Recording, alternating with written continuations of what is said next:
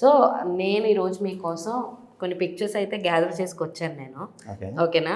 So ఆ పిక్చర్స్ని చూడంగానే maybe దాని వెనకాల ఉన్న బ్యాక్ ఎండ్ స్టోరీ కానీ లేదా పిక్చర్ చూడంగానే మీకు గుర్తొచ్చే ఇన్సిడెంట్స్ కానీ మా ప్లస్ టీవీ ప్రేక్షకులతో షేర్ చేసుకుంటారని ఆశిస్తున్నా.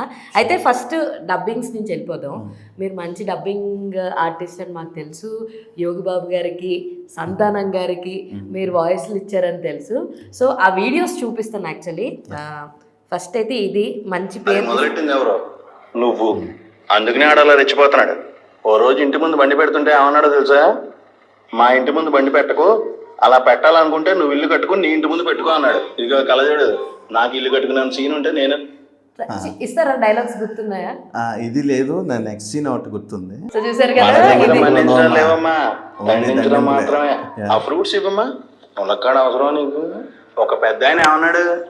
పరిగెత్తుతూ ఆడుకో పాప, కింద పడి ఏరుకో పాప అన్నాడా లేదా? ఏరుకున్నాగా పో. అది మొదలెట్టి ఇది బెస్ట్ మూమెంట్ నాకు. ఇది చాలా మంది కార్లో సీన్ చాలా బాగుంది, కార్లో సీన్ చాలా బాగుందని మీకు మెసేజ్ చేశారు. అది కార్లో అదండి ఫస్ట్ నెక్స్ట్ సీన్ మల్లిక దగ్గరికి వెళ్ళినప్పుడు వచ్చేసి. ఇది ఏంటంటే ఫస్ట్ నేను ఫేస్ కి సెట్ అవుతుందని అనుకోలే. అంటే నేను కొంచెం లో కాన్ఫిడెన్స్ తో ఉంటాను ఎప్పుడు. ఇది ఏంటంటే హనుమాన్ చౌదరి అని రైటర్ అనమాట, సలార్ కూడా రైటర్, ఆయన ప్రాజెక్ట్ ఇది. మా ఇన్ఛార్జ్ ప్రసాద్ గారు అని, గోగినేని ప్రసాద్ గారు, వీళ్ళు ఏంటంటే దీనికి వాయిస్ సిస్టమ్ అంటే వెళ్ళా. బీస్ట్కి వెళ్ళాను, బీస్ట్ అయిపోయింది. తర్వాత ఈ సినిమాకి చెన్నై పిలిపించి చెప్పించారు. ప్రవీణ్ అని ఒక రైటర్ ఉంటారు, ఆయన ఫ్రీడమ్ వల్లే నేను చెప్పగలిగా. ప్రతి సీక్వెన్స్ వాళ్ళు ఒకటి రాసుకొని ఉంటారు. అన్న ఇక్కడైనా ఇదైనా ఇక్కడైనా బాగుంది వేసేయాను. అలా కొంచెం ఇంప్రూవైజ్ చేసుకుంటూ కొన్ని కొన్ని డైలాగులు. ఇది చెన్నై కొన్ని ఇక్కడ కొన్ని అక్కడ జరుగుతాయి. కొన్ని వాళ్ళే ప్రొడక్షన్ వాళ్ళే తెలుగు కూడా అక్కడే చెప్పిస్తారు. వాళ్ళే తీసుకెళ్ళి డబ్బింగ్ చెప్పించి పంపించేస్తారు మళ్ళీ. సో అలా కొన్ని సినిమాలు అక్కడ అన్నమాట. ఇంత బాగా చెప్తున్నారు కదా. యోగి బాబు గారిని కలిసారా? ఇంకా లేదండి, జూలైలో కలుస్తాను. జూలైలో కలుస్తారా? అట్లీస్ట్ ఐ మీన్ తెలుసా, మీరే చెప్పారని కానీ అలా ఏమన్నా మీకు ఐడియా ఉందా? నాకు తెలీదా. అంటే లైక్ ప్రొడక్షన్ సైడ్ అయితే మొన్న రీసెంట్ ఒక కాల్ వచ్చింది, ఇలా యోగి బాబు గారు ఒక సినిమా చేస్తున్నారు, తెలుగులో నువ్వేగా డబ్బింగ్ చెప్పేదని కాల్ చేశారు. అది నాకు చాలా గ్రేట్ మూమెంట్. సో నేను మోస్ట్ ప్రాబబ్లీ జూలైలో కలవాలి. నైస్. హోపింగ్ ఇంకొక 2 months ఉన్నాయి అనమాట. అయితే లైక్ ఆల్మోస్ట్ ఇది చేసినంతసేపు యూఆర్ లిటరల్లీ మాకు మీరు రజనీకాంత్ గారికి ఆపోజిట్ లో డైలాగులు చెప్తున్నట్టే ఉంటుంది. What is your feeling exactly? So ఎంత ఉన్నా dubbing artist also is an artist. So behind the camera artist అంటే డబ్బింగ్ ఆర్టిస్ట్, బికాస్ నేను కూడా వోకల్ ఆర్టిస్ట్ అనమాట. సో కొన్ని నాట్లకి ఇచ్చాను. సో ఆ ఎక్స్పీరియన్స్ నాకు ఇప్పుడు ఎంత స్క్రీన్ మీద వాళ్ళకి మనం వాయిస్ ఇస్తున్నా, ఇండైరెక్ట్లీ వీఆర్ యాక్టింగ్. సో అసలు ఫస్ట్ టైం ఇలా ఈ కాంబినేషన్ ఇదే ఫస్టా? మీరు జైలర్ ఫస్ట్, సెకండ్ ఇది. సెకండ్ ఇది. జైలర్ తర్వాత సెకండ్ ఇది. అక్కడ ఇక్కడ రజనీకాంత్ సారీ బీస్ట్ అండి, బీస్ట్ దళపతి గారు తర్వాత ఇది. ఫస్ట్ విజయ్ దళపతి గారు, సెకండ్ రజనీకాంత్ గారు. సో అదే ఇద్దరు వెరీ నైస్ యాక్టర్స్.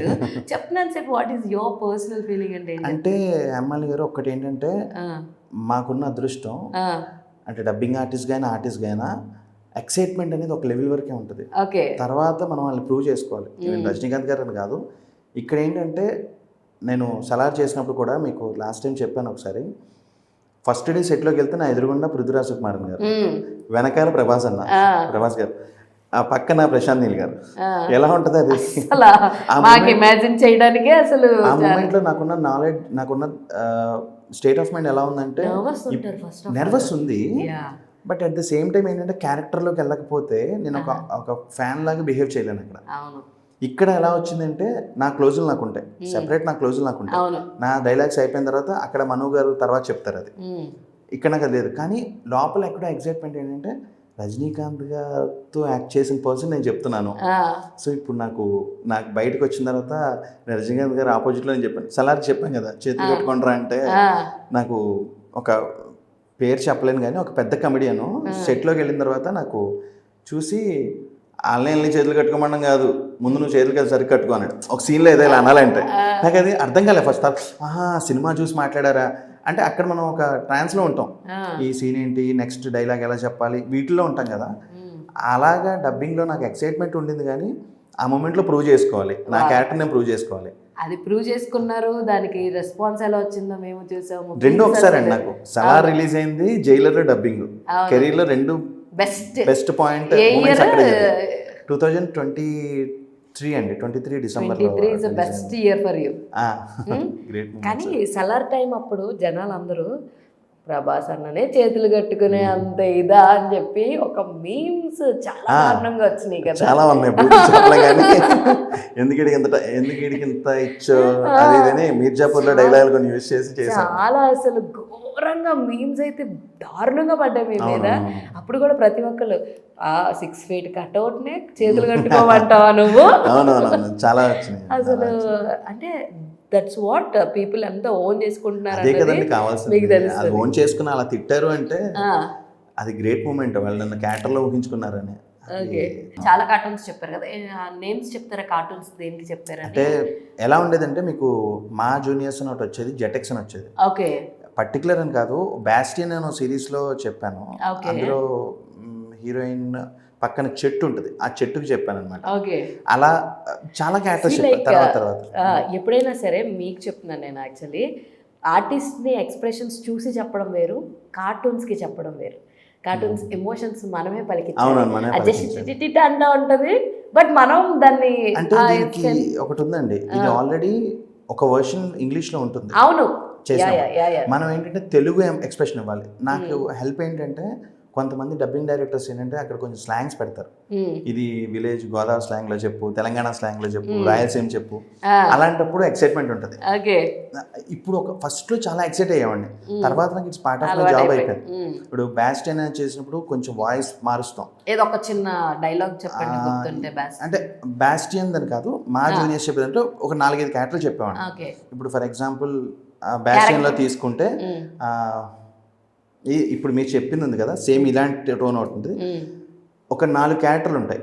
ఒక తాత, ఒక పాప, ఒక పైనుంచి ఒక ఇది వస్తుంది, ఏదో షిప్ లాంటిది వెళ్తుంది, సారీ ఫ్లైట్ లాంటిది వెళ్తుంది, కింద ఇంకోటి ఏదో జరుగుతుంది, నలుగురికి చెప్పాల్సి వస్తుంది. మేడం ఏంటి నువ్వు ఇంకా ఇక్కడే ఉన్నావు, అక్కడ మనకి లేట్ అయిపోతుంది, వెళ్ళాలి. ఇది ఒక వాయిస్ లో వస్తుంది, నేను ఎప్పటి నుంచో ఇక్కడే వెయిట్ చేస్తున్నాను, నువ్వు వస్తావని. ఇలా ఇంకో పాపది ఉంటుంది, పైనుంచి ఇంకొకళ్ళు వస్తుంది. ఒకళ్ళు బాగా ఇచ్చేసేసి ఆ బ్యాస్టియన్ ఒకటి ఉంటుందండి, ఒక డైలాగ్. అదే మీరు చెప్పాక నాకు ఇదే ఇంపాక్ట్ ఉంటుంది. లేదు ఇలా వాయిస్లు మార్చి డిఫరెంట్గా చెప్తూ ఉంటాం. ఇంకా డబ్బింగ్స్ చెప్పడం అంటే ఇది ఒక ప్రాసెస్ లో వెళ్ళిపోతుంది. అసలు భలే ఉంది. అసలు ఏంటంటే ఇంకొకరు చెప్పించవచ్చు కదా అనిపించింది అనమాట. స్లాంగ్ తో చెప్పే కొన్ని ఉంటాయి. ఇది నేను మాట్లాడతా. సో ఆ విలేజ్ స్లాంగ్తో కానీ బ్రాహ్మణికంలో కొంతమంది ఏంటంటే మొత్తం కథ అంతటి తీసుకుని దాన్ని ఒక బ్యాక్డ్రాప్ మారుస్తారు. ఆ బ్యాక్డ్రాప్లో మార్చి ఇదంతా ఈ ఏరియా బ్యాక్డ్రాప్లో జరుగుతుందని చేస్తున్నాము, దీనికి ఇలా చెప్పు, దానికి వాళ్ళు చెప్పించుకుంటారు. ఇక్కడ నేను చెప్పడం కన్నా వాళ్ళు చెప్పించుకోవడంలోనే నాకు బయటపడతాను. నేను ఇప్పుడు ఈరోజు మీకు చెప్పే ప్రతి డైలాగ్ ఏదైనా కూడా ఒకటి రాసినప్పుడు అనుకున్న నిర్ణయం నేను ఇక్కడ మీకు ముందు చెప్తున్నాను అంతే. అంటే నాది ఒక 20%, 80% ఆ రైటర్స్ది, ఆ డబ్బింగ్ డైరెక్టర్స్ది. యాక్చువల్గా మనం చాలా ఈ లైక్ వేరే డబ్స్ చూస్తాం కదా, నాకు ముఖ్యంగా వాళ్ళు డబ్స్ చేసే దాంట్లో వాళ్ళు మన తెలుగు పాటలు ఫిట్టింగ్ చేస్తారు చూసారా, అవి భలే అనిపిస్తాయి. అప్పటికప్పుడు ఏవో రాసి పాట ఇలా పాడు అని చెప్పి మోడిఫికేషన్ చేస్తారు చూడండి, అవి చాలా కామెడీగా అనిపిస్తాయి అన్నమాట. కొన్ని ఉంటాయి. డబ్బింగ్ కూడా అంతేనండి, వాళ్ళు పాప లిప్ తగినట్టు మార్చడం డైలాగ్స్ చాలా క్రియేటివ్ వర్క్ అండి అది. ఎగ్జాక్ట్లీ. సో అండ్ ఇది ముఖ్యంగా మీది ఏ ఊరు? రాజమండ్రి. సో అందుకే ఈస్ట్ వెస్ట్ అలాంటి బాబా ప్రపంచం మొత్తం సీట్లు పాస్ చేసిన ఎవరు ఈస్ట్ ఆత్రేయపురం పూతరే కాపేశ్వరం ఇవన్నీ చేస్తున్నాం ఏం కదా. మీరు ఓన్లీ వెజ్, మా దగ్గర నాన్ వెజ్. జోల్పాన్ రోల్ గురించి అసలు చెప్పడం మర్చిపోయాను. మా పాలకొలు దెబ్బరట్లు ఇది ఐ డ్రీమ్. అవును, ఐ డ్రీమ్ లో చేశారు, తమిళ మీడియాలో చేశారు, చాలా వాటిల్లో చేస్తున్నారు కదా. అంటే ఐ డ్రీమ్ లో మెయిన్ అండి, తమిళ మీడియాలో ఓన్లీ వెబ్ సిరీస్ లో చేశాను. ఓకే. ఐ డ్రీమ్ లో నేను ఒక ఎంప్లాయీలో చేశాను, తమిళ మీడియాలో వెబ్ సిరీస్ చాలా వెబ్ సిరీస్ చేశాను అక్కడ. ఓకే. ఫ్రమ్ ఫస్ట్ పెళ్లిగోల 2, తర్వాత వాళ్ళదే ఈ ఆఫీస్ లో నోట్ చేశాను, పవన్ సాధనేని అన్న డైరెక్టర్. అది చాలా మంచి పేరు తీసుకొచ్చింది నాకు. తర్వాత వాళ్ళతో ఒక 11-12 ప్రాజెక్టుల దాకా చేశాను నేను తమిళ మీడియాతో. సూపర్.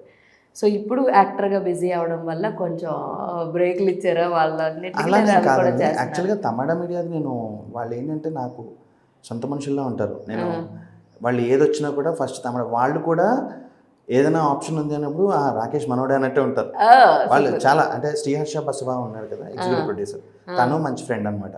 సాయి అని దుర్గాజీ అని అక్కడ మేనేజర్లు ఎగ్జిక్యూటివ్ ప్రొడ్యూసర్లు అందరూ మంచి ఫ్రెండ్స్ అనమాట. ఈవెన్ నాకు ఈ ఆఫీస్ టైంలో రాహుల్ గారు కానీ వీళ్ళు కూడా చాలా ఎంకరేజ్ చేశారనమాట. అదే ప్రాజెక్ట్ వచ్చినప్పుడు చేసి వెళ్ళిపోతాం అంతే. ఓకే.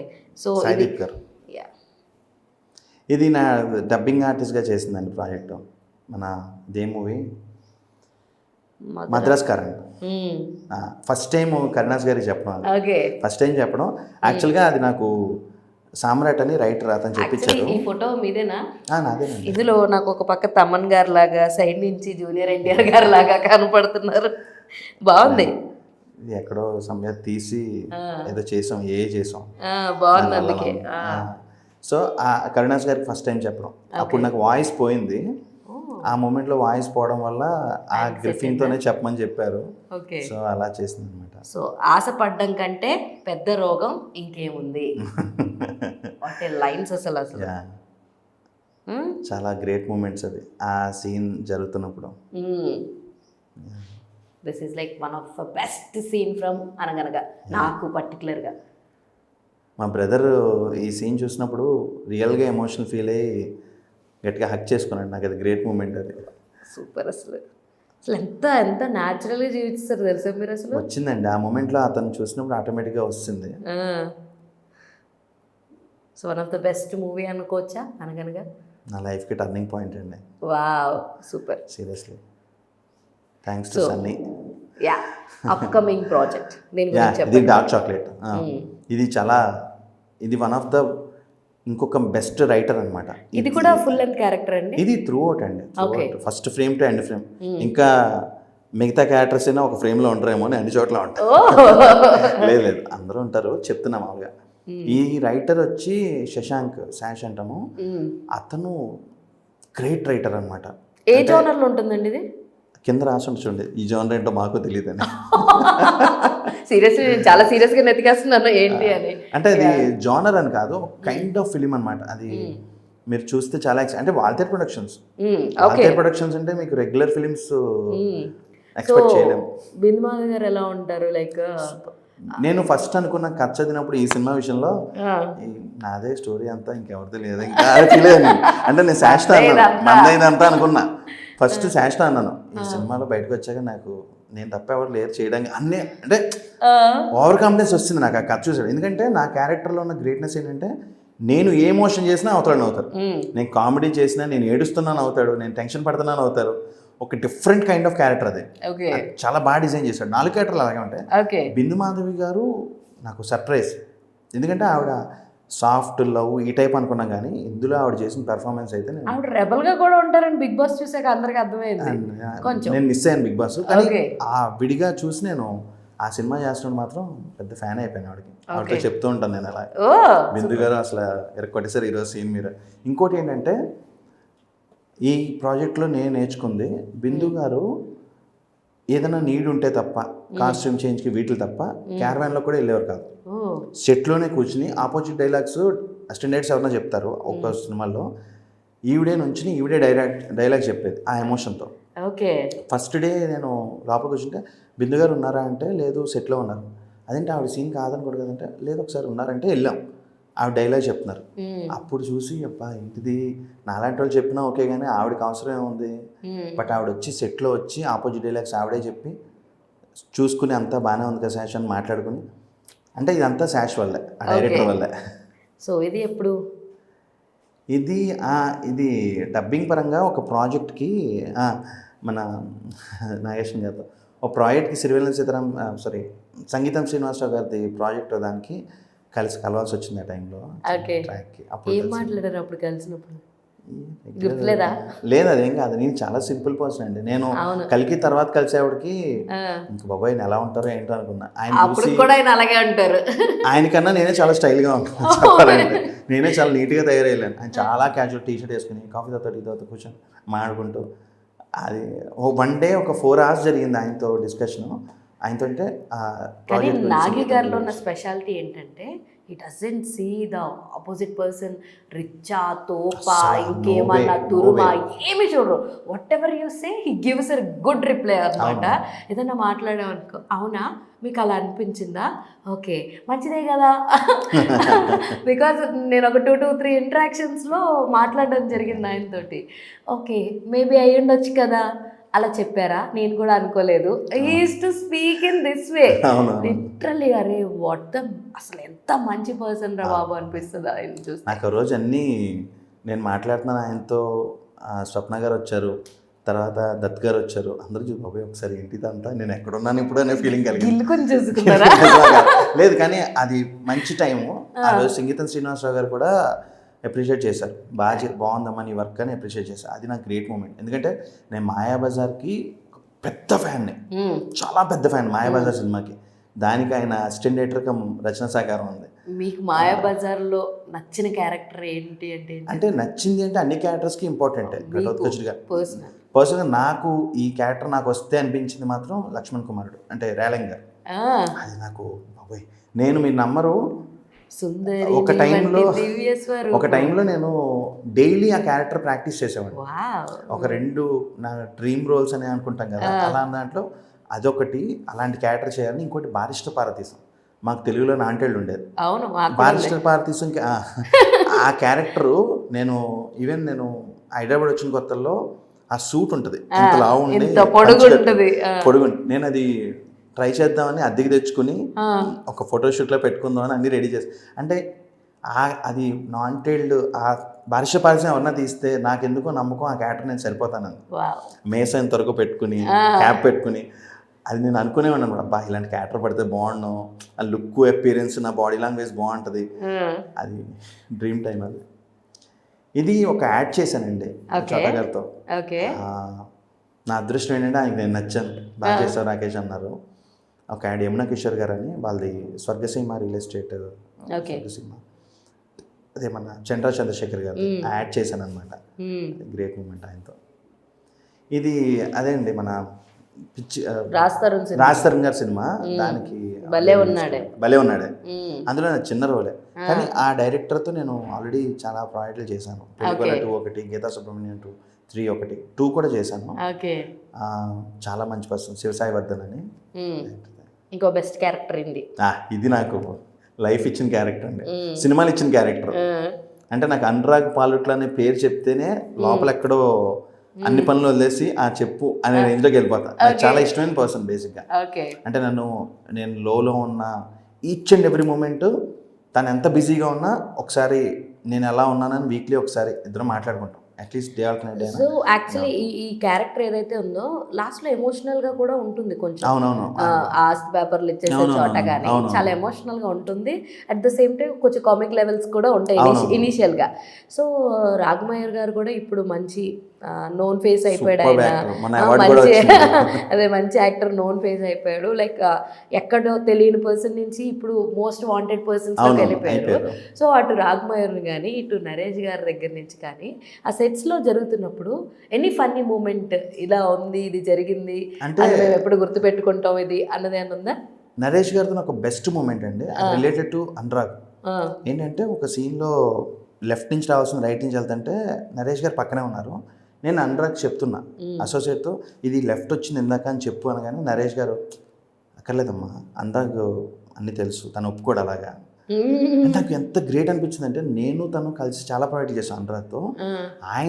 అనురాగ్ మీద నరేష్ గారికి అంత నమ్మకం ఉండడం, అంటే తను ఎంత ప్రాపర్గా చేయకపోతే ఆయన మాట్లాడతారు దాని గురించి. ఇంకోటి ఆ ఆడియో రిలీజ్లో కూడా మీకు గుర్తుండుంటే అన్నారు ఆయన, నేను చూసిన రైటర్స్లో త్రివిక్రమ్ గారు, సమీర్, ఇంకొక 2 రైటర్స్, మన వివేకాత్రేయ గారి తర్వాత అనురాగ్ అంత మంచి రైటర్ అన్నారు. అది నాకు అనురాగ్ నాకు గూస్ బంప్స్ వస్తాయి. అంటే కలిసి ట్రావెల్ స్టార్ట్ చేసాం కదా, కొంచెం గ్రేట్ మూమెంట్స్ అవి. అమ్మతో అక్కడే వీరాంజలి వేద చెట్లున్నాయి.